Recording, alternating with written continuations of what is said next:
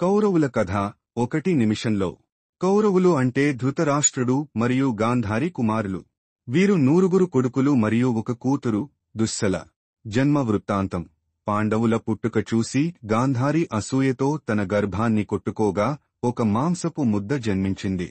వేదవ్యాసుడు ఆ ముద్దను 101 ముక్కలుగా చేసి నేతి కుండలలో ఉంచి వాటిని సంరక్షించమని చెప్పాడు.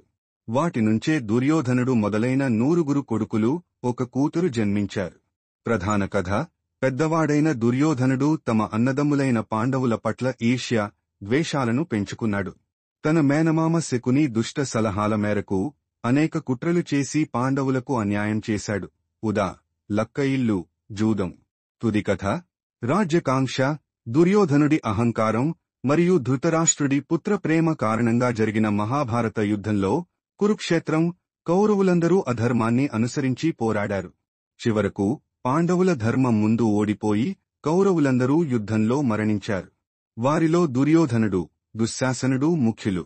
ముగింపు. కౌరవుల కథ దురాశ, అహంకారం మరియు ధర్మం పట్ల విముఖత ఎలాంటి వినాశనానికి దారితీస్తుందో తెలియజేస్తుంది.